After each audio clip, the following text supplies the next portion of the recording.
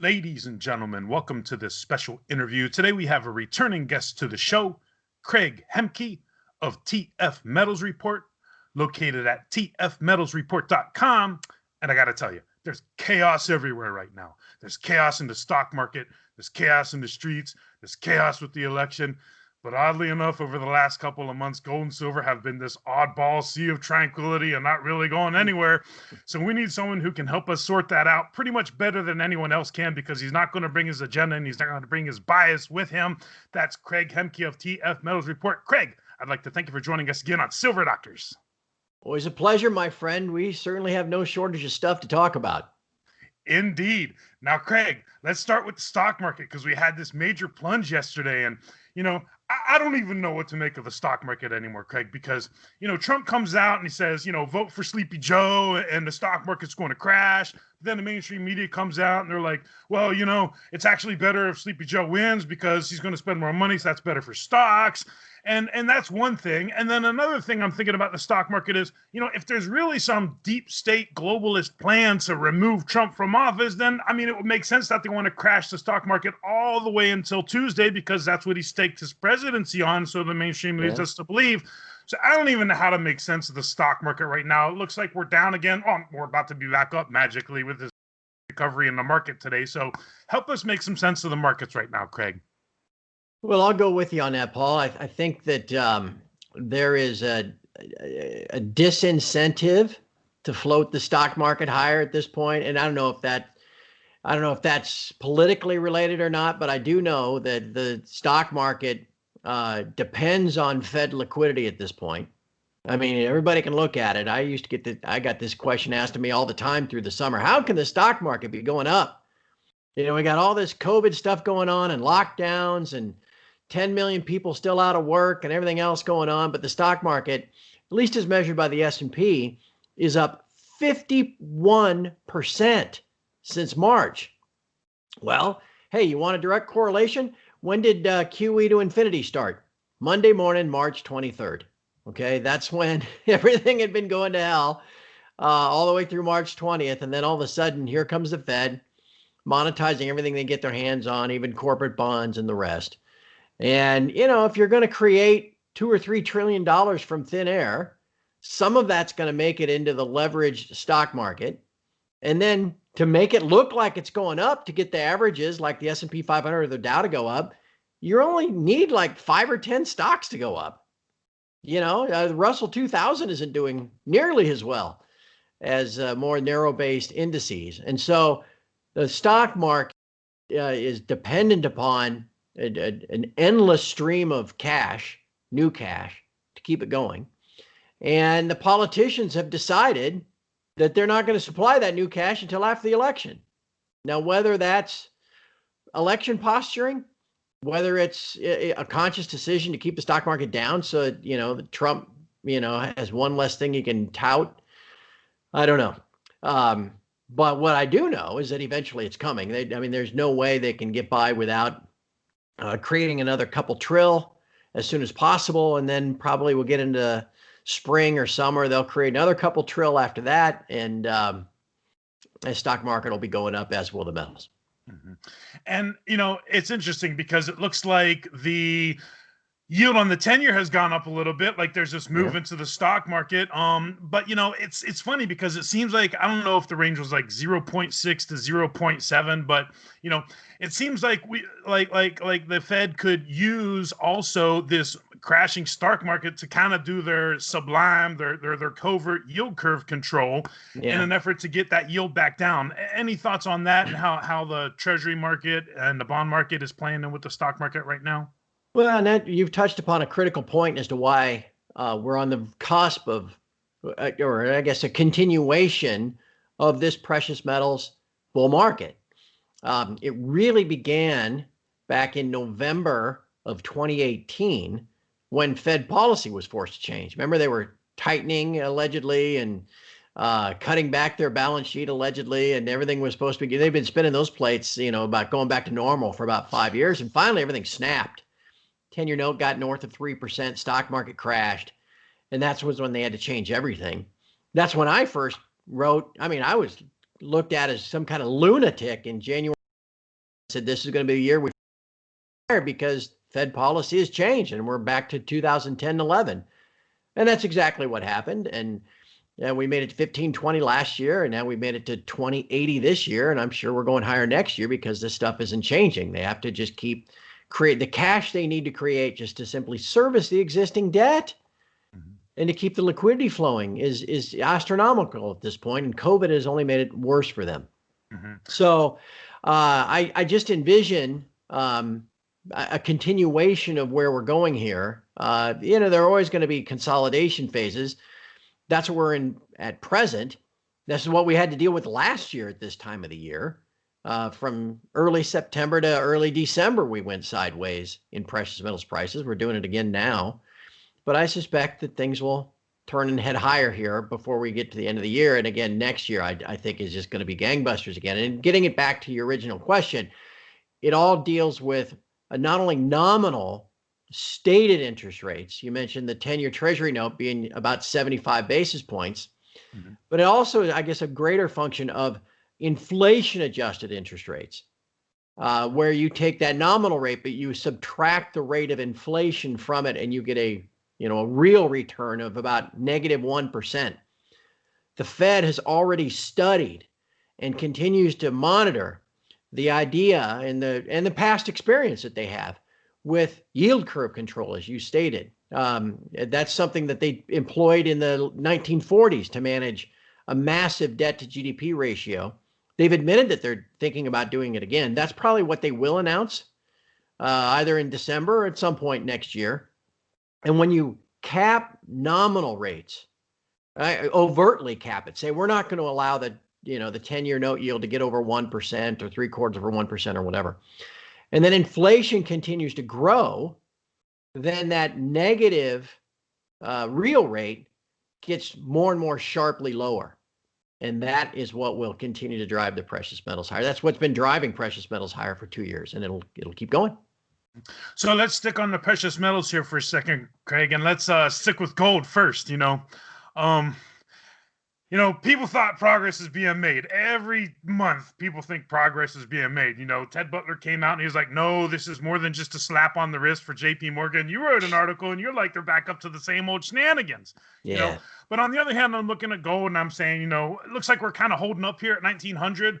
Everybody's talking about the wedges and that, it's ready to break out or break down. I'm having trouble seeing the breakdown because I'm starting to look at 1900 as good support and possibly a price floor. And in addition to that, stocks started dropping yesterday. Gold didn't budge at all. We're still sitting above 1900. That's a nice sign. So just what are you looking at in the gold market right now, Craig? Well, everybody, it was interesting. We had that great run into early August. And, I don't know, Paul, we've all been beaten down and wandering in the desert for so many years that everybody just wants it now. We all want gold to be $3,000 and then $4,000, and we want all the mining shares to explode, and we want all that to happen yesterday. And it just, it doesn't work that way. But it's kind of symptomatic of where we are as society as a whole, right? Nobody wants to wait for anything.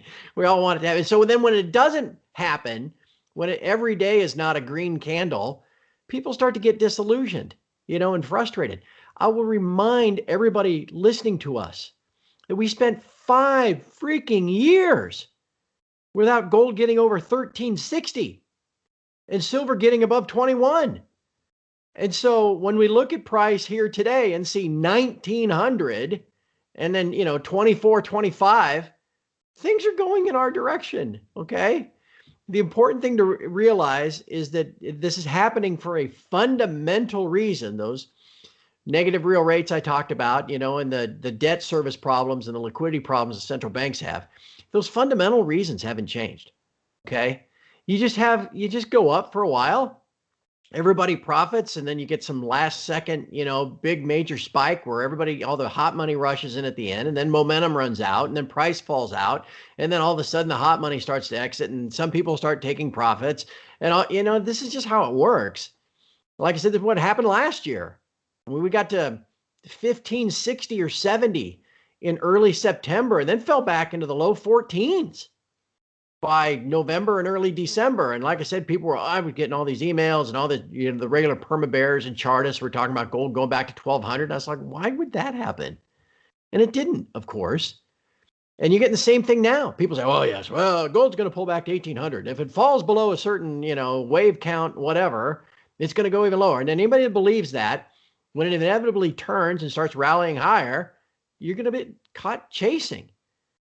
So the most important thing you can do now is understand the fundamentals that haven't changed, and nor will they change as we flip into the next year. And then, with the new White House and everything else, whatever the election results are, the fundamental picture isn't going to change. And so we're going to move higher. I would say by the end of the year, I doubt we'll get all the way back to 2080, though anything's, possible. Who knows what kind of madness we have in store for us after the election. But I've been telling people on my site that I think we'll probably end up the year 1980. I think the banks will probably, once we rally again, the banks will do everything they can to make sure we don't finish the year with a price that starts with a 2. Finish the quarter and the year, above 2000. So we'll probably end up somewhere within 1 or 2% at, let's call it 1980. And I bet silver will probably end up 26, 27, something like that. And then we'll be ready for the next leg. And again, you just don't want to miss it. That's what you don't want to have happen. So let's talk about silver here for a minute, Craig. It drives me crazy because last fall, everybody came out and they were like, all these legendary investors saying, buy gold at any price, buy gold at any price, buy gold at any price. And then, the chartists are looking at silver here, less than $25, like, oh no, silver is overbought. Yeah. There's sentiment's too extreme. You need to wait till it pulls back to like 21 or something like that. So that's one thing. And then the other thing is, we are still a country mile away from all-time record highs in silver. I mean, so I thought we were going to see record highs in both this year, but now you're telling me we might get 26, 28, Craig. Oh, it's like, my goodness. I mean, when is this ever going to happen? So I guess I am falling into that I want it now trap. That's one thing. Then another thing about silver that's interesting is, last week the Silver Institute came out and they said, like, coin demand is up between Germany and the US 68%. 300 million ounces have been deposited into global ETFs just in the first 9 months of this year. And, everything has been disrupted in the supply chain all year except for silver, miraculously. So I'm ranting on there, Craig, and I really shouldn't be ranting, and I don't know if any of that made any sense at all. So just what are you looking at in silver right now, Craig? Well, where do I start, Paul? Jeez, that sounds like one of my rants. Anyway, if history teaches anything about silver, is it moves really fast when it moves, right? Even what you saw in July. I mean, gold had rallied like crazy, and silver was just dicking around at 18. And then finally it goes from 18 to 28 in like 4 weeks, right? So then you think, well, okay, the fact that it's still hanging in here at 24, 25 is actually pretty cool. That it didn't just come crashing right back down. And that'll happen again. What I find interesting about silver, look, there's no doubt the manipulation continues, right? I mean, you'd be hopelessly, foolishly naive to think that suddenly it's not because JP Morgan had to pay a fine. JP Morgan has paid $34 billion in fines for all their different criminal activities over the last decade. Do you think a $920 million thing for silver manipulation means anything to them? Come on. I mean, we got to live in the real world here, okay? And a lot of money, even in a rising price. They can make a lot of, I'll give you an example. Last week, Paul, we saw gold get capped right at the 50-day moving average. A week ago, I think it was Wednesday of last week. And then we knew that it was being capped because you could see it on the charts. So as soon as price would get up there, immediately get slammed back down 5 or 6 times. Then we saw the open interest the next day had risen by 10,000 contracts. That's just banks creating new contracts, feeding them, dumping on the specs, absorbing their buying interest to smash price back down below that level. And then price rolls over the next day, it's back down $30. Open interest goes back down 10,000 contracts as those shorts are now covered and bought back from the same specs that were dumping them then. And the banks made $30 on 10,000 contracts. That's $30 million in a day. Okay. So they're still in there. They're going to keep doing it. That doesn't mean price can't rally. I mean, they've been doing it on a daily basis since November. I mean, obviously way back, but even just in the last 2 years, and gold's gone from $1,900. So it's not like price can't rally, even though the banks are in there fighting us. And so what's going to happen is silver will rally again. It'll move very quickly. And if you really want to, like I said, I mean, you can look at that just from a investment demand standpoint. You can look at it from the gold silver ratio. You can look at all these different traditional metrics. But then you start sniffing around, and some of these banks that aren't in the manipulation game, like Bank of America, even Citigroup, that does have derivative positions. Citigroup came out last week, said silver 40, because they think of industrial demand and all this Green New Deal stuff. And okay, hey, look, silver goes to 40, it then begins to feed on itself. It probably won't just stop at 40, right? It'll probably move real quick from 40 to 50. It went from 40 to 50 in the month of April of 2011. Went from 38 to 48 in a month. So that's the thing. Anyway, to answer your question, silver moves really, really fast when it moves. That's typically how it works because, speculator driven and excitement and all that kind of stuff. So for silver investors, the best thing you can do is just kind of ride it out, understand the fundamentals, right?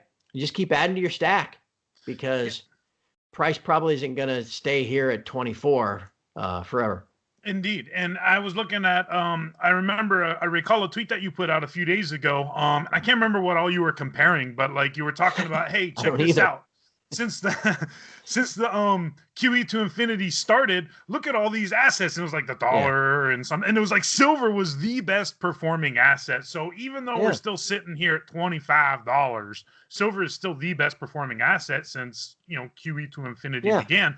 And then there's also additional fundamental dynamics that we're starting to hear about now. For example, Andrew Maguire has been talking about China's been going on a physical silver buying spree. Yeah. So I find that there's additional developing fundamental backdrop stories that are just furthering that cause even more, if that made sense there, Craig.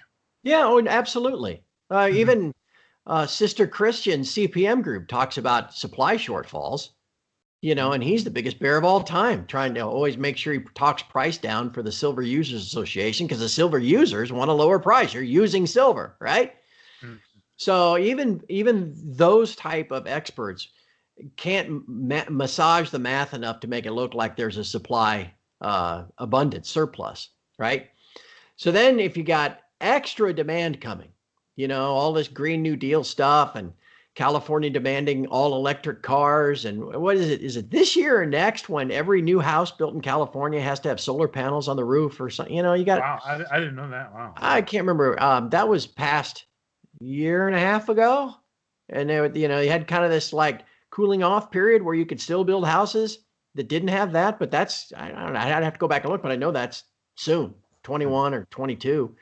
What's going on in India, all around the world, right? So you got all this demand, industrial demand for silver, and you've also got this investment demand, no doubt about it. And so at some point, even though price is still set by the trading of these phony baloney, plastic banana derivative contracts, even though price is still set through the trading of those things and managed and manipulated by the banks that issue the contracts, price still goes higher. I mean, it has to.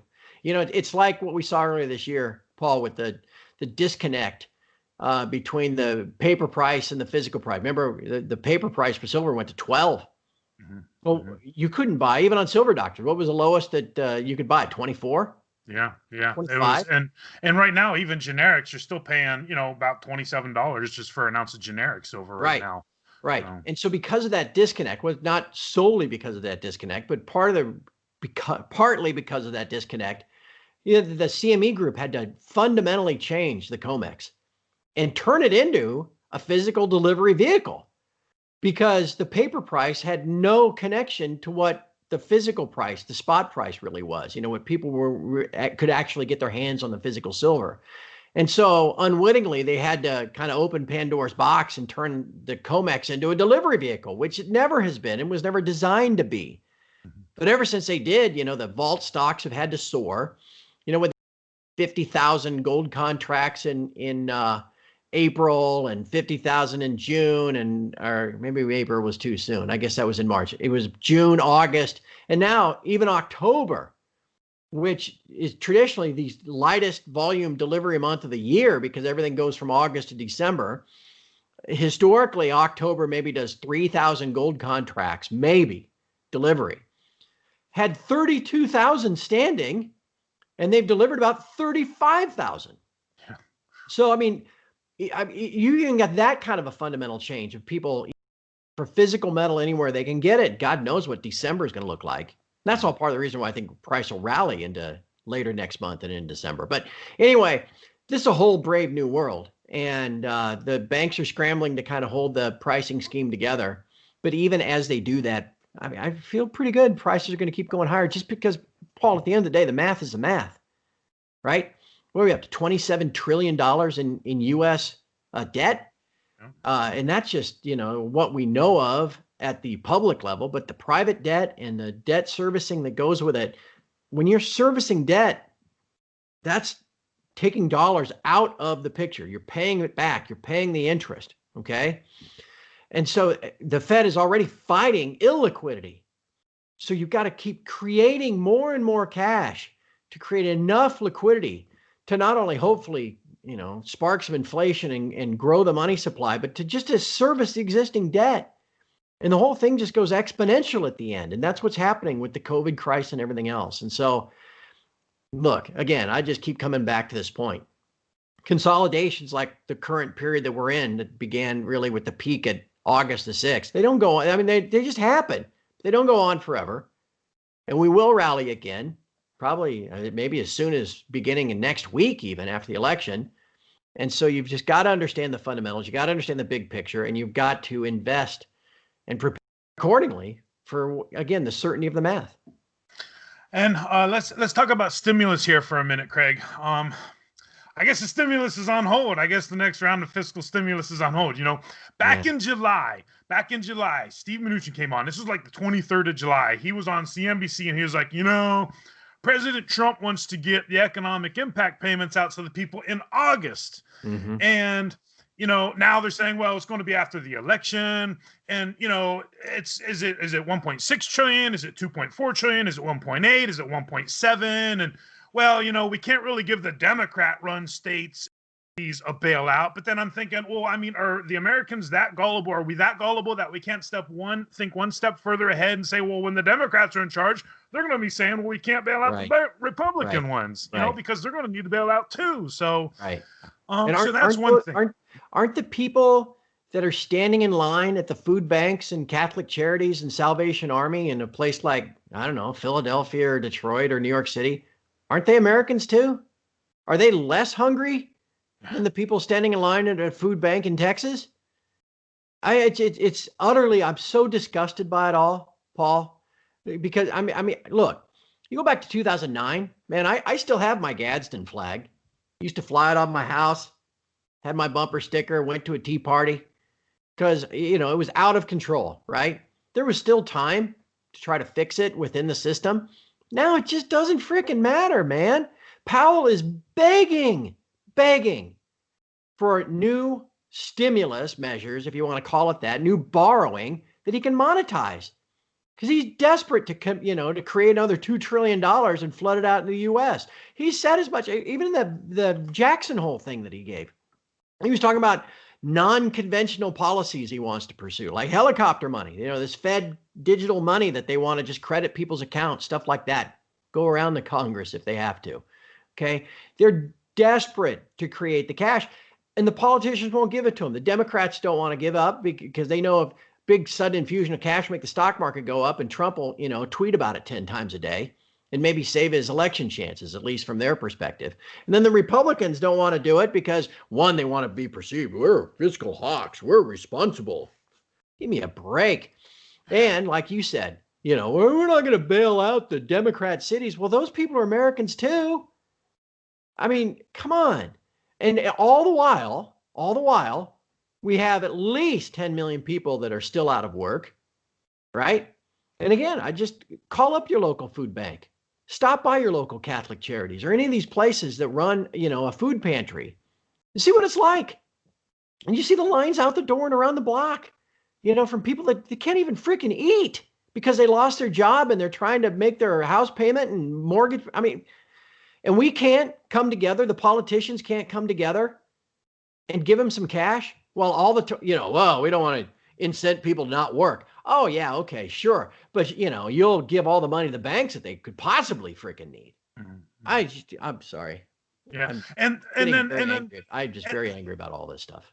Well, me too. And then taking it one step further is I really do think that this next round, I think that if I could put on my tinfoil hat here for 1 second, I think that they're holding off because they really didn't want to give a second round this calendar year because, and this is where I wanted to ask you just what's your general assessment on Main Street? Because all these stores I get into, 2 weeks ago, we went into the Halloween store. I mean, you'd think the Halloween store would be well stocked. It's a seasonal store that they open once a year, and that thing was half empty. I mean, it's half empty everywhere. Lowe's, sure, they got a lot of wood, but it's all just one type of wood, right? And so I'm just seeing shortages all over the place. So my thinking is, they don't want to give out that round right now because it's going to be highly inflationary when you put it into Main Street's pocket, which means that prices are going to continue to rise, which means that next round needs to come even faster. So we'll be looking at like 3 rounds next year in 2021. So did any of that make sense, or is my thinking logical there, Craig? I agree. And it ultimately leads to stagflation like the 1970s. And it was the late 1970s when gold went from $100 to $900 in 3.5 years. Okay. So that's all part of why you've got to look at the big picture and own gold. But you're right. I mean, people listening to us, just go to your local TV website, or something, or newspaper, and read the stories, or if there's surveys, find out about the surveys of how many small businesses are going to be able to make it even another couple of weeks, right? I mean, think of the restaurant that was finally allowed to have 25% capacity and had to have people sitting out on the street, right, to try to keep it afloat. Well, now it's wintertime. Right? And they're talking about lockdowns again. And those businesses, they're going out of business. Here in my local area, I saw a survey about a month ago. It said 25% of small business owners didn't think they could stay open another 90 days. And then what is it? Then they're not going to just reopen a year from now. I mean, there are people, again, not only the business owners, but the people that work at those businesses that don't have jobs. And yet these politicians want to play their political games and score political points ahead rather than help them out. You mentioned Mnuchin back in July. I thought there's no way they wouldn't get this done before the August recess. They had over $1.5 trillion on balance in the Treasury for like months. And they're not doing it. But again, you're right. I don't think there's any doubt about it. As soon as we get into the lame duck session, they'll do something. That won't be enough. And then they'll come back around in April, May, something like that.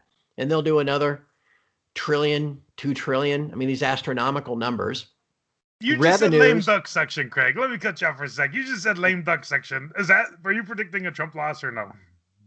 Well, it's lame duck because it's Congress that I'm talking about. Okay. That's where they have a lame duck session where all these people come back one last time in the current Congress, whatever number it is. Yeah, and they pass a bunch of stuff with no responsibility because, a third of them or, a tenth of them or whatever have been voted out. I don't know what to think about the election. Because everybody's focused on just the presidential elections. That's actually a good point. It shows you how people just forget about the other dynamics that are going on there. Right. And then, boy, that's probably a whole topic for a whole extra podcast about all the ways that could play out. But I would imagine there will be something done on it from a stimulus level, if you want to call it that, in November, probably part of what will turn gold higher in November on this and after this inevitable, when it happens after this consolidation phase. And you're going to look next year, what we have, $3.15 or $3.2 trillion deficit in fiscal year 2020 that for the U.S. government ended on September 30th. It's going to be at least that. And if Biden wins, it might be $5 trillion. With all the extra jazz that he wants to do. And then you start factoring in, the loss of revenue because the economy's dragging along and nobody can, people aren't paying taxes or having income that they can pay to, who they're paying taxes off of. And so the money's got to come from somewhere. And so the Fed's going to monetize it. If you get any inflation pressure at all, the Fed can't bond market to react to that and have higher nominal rates. And so then they'll put on yield curve control. And then again, this creates this environment where physical gold or gold prices have always reacted to the upside. Then you throw on the physical shortfall and the scheme and the scam of this pricing, the fractional reserve pricing, where how many ounces of digital gold have been created, derivatives for every physical ounce in the world. You put all that stuff on there. Let me just put it this way. It's not going back to 1200. This friggin' Harry Dent guy who every year at this time for the last 10 years comes out and says gold's going to 700. What? Yeah.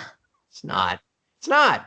I wonder if he's up to 1,000. I usually ask people, Craig, what's on the radar the most, and I guess I don't even have to ask that question now, because am I just assuming that the whole entire world now is just focused on the election and what's going to come mostly after the election? Is that what's on your radar the most? And do you see it smooth or do you not see it smooth? Everybody's saying it's going to be, contested and disputed and there's going to be no clear winner.